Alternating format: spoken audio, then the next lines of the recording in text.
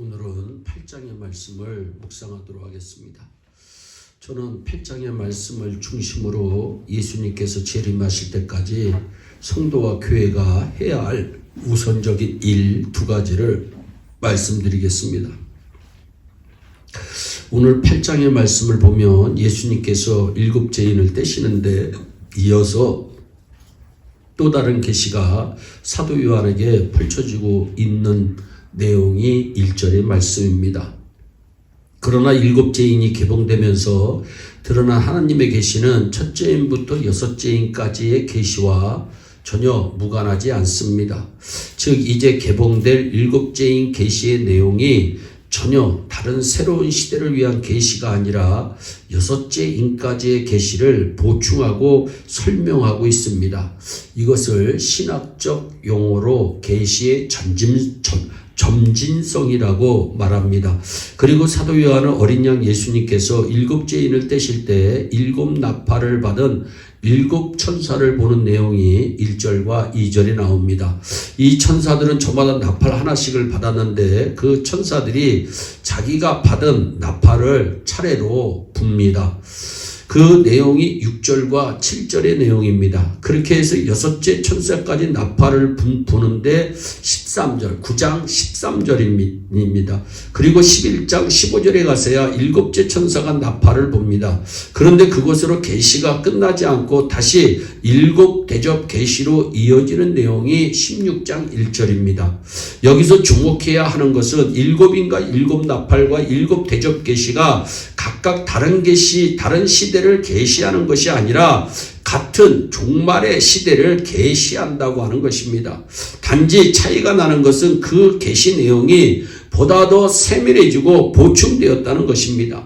6죄인이 개봉되어 예수님의 재림과 세상의 심판과 천국의 완성까지 다 공개됩니다. 하지만 아직 한 개의 인봉이 남아 있습니다. 그러므로 사도 요한은 7죄인이 떼어질 때 어떤 계시가 펼쳐질지 무척 궁금했을 것입니다. 그래서 하늘을 바라보고 있는데 반 시간 동안 하늘이 고요합니다. 왜 하늘이 반 시간쯤 고요했을까요? 그것은 계시를 받고 있는 사도 요한으로 하여금 이제 펼쳐질 계시에 집중하도록 하기 위함입니다.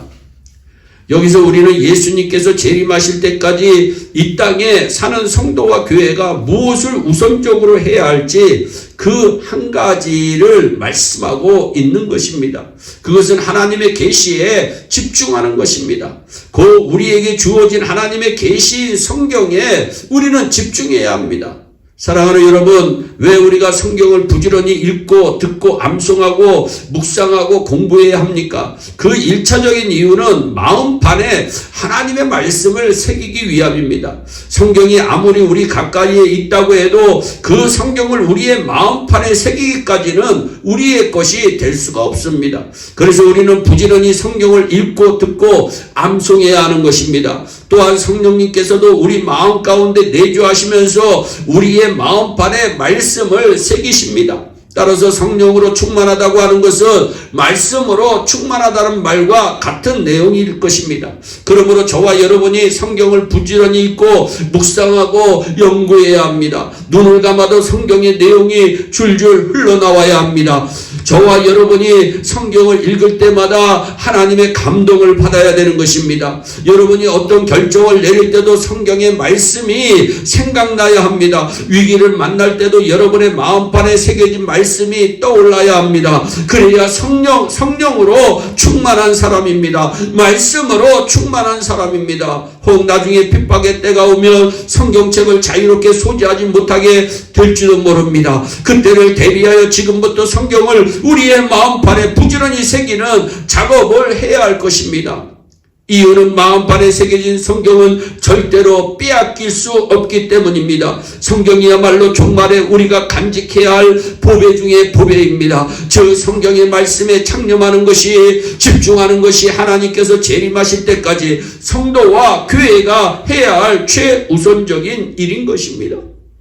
또 한 가지 예수님께서 재림하시기까지 성도와 교회가 해야 할 일이 있습니다. 사도 요한은 땅에서 올라가는 성도들의 기도가 하나님 앞으로 가는 것을 본 내용이 4절에 나옵니다. 저 성도들의 기도가 이미 하나님께 연락되었다고 하는 뜻입니다. 우리의 기도를 도우시는 예수님과 성령님이 계심으로 우리는 언제든지 담대하게 하나님께 나아가 우리의 모든 사정을 아뢰 수가 있습니다. 이것이 성도와 교회에 주신 기도의 특권입니다. 그러므로 이 기도의 특권을 부지런히 활용하는 자가 하나님께서 기뻐하시는 성도입니다. 그런 성도가 많은 구역과 교회의 하늘의 능력이 나타나는 것입니다. 주께서는 기도하는 자에게 천국의 문을 열고 닫는 권세를 주시는 것입니다. 사랑하는 여러분, 예수님 재림하실 때까지 성도와 교회는 기도 생활에 집중해야 합니다. 열심을 내야 합니다. 그래야 종말의 때에 날마다 승리하며 살아갈 수 있는 것입니다.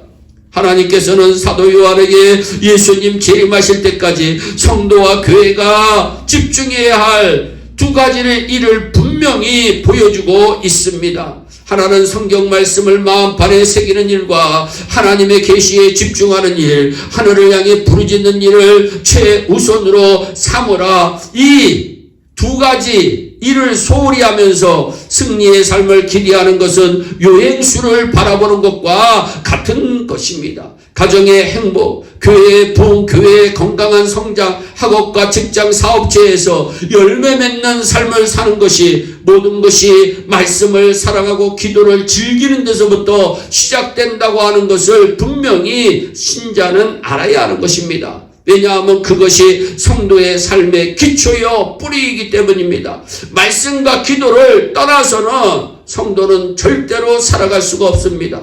사랑하는 여러분, 성경을 마음판에 부지런히 새깁시다. 쉬지 말고 기도합시다. 그리하면 여러분의 삶이 하나님의 은혜로 풍성해질 것입니다. 나아가 사도 요한처럼 종말의 때에 하나님의 거룩한 역사에 동참하는 자가 될 것입니다. 성경과 기도에 집중하고 열심을 내는 성도들이 되시기를 주 예수 그리스도의 이름으로 축원합니다. 기도하겠습니다. 사랑의 하나님 아버지 감사합니다. 하나님의 계시에 집중하는 자들이 되게 하시옵소서. 하나님의 계시는 말씀입니다. 말씀에 집중하는 자들이 되게 하여 주시옵소서. 성령으로 기도하는 자들이 되게 하여 주시옵소서. 종말의 때에 이기고도 남는 믿음의 소유자들이 다 되게 하여 주시옵소서. 감사하고 예수님의 이름으로 기도하옵나이다. 아멘. 오늘도 주 안에서 승리하는 복된 하루 되시기를 바랍니다. 감사합니다.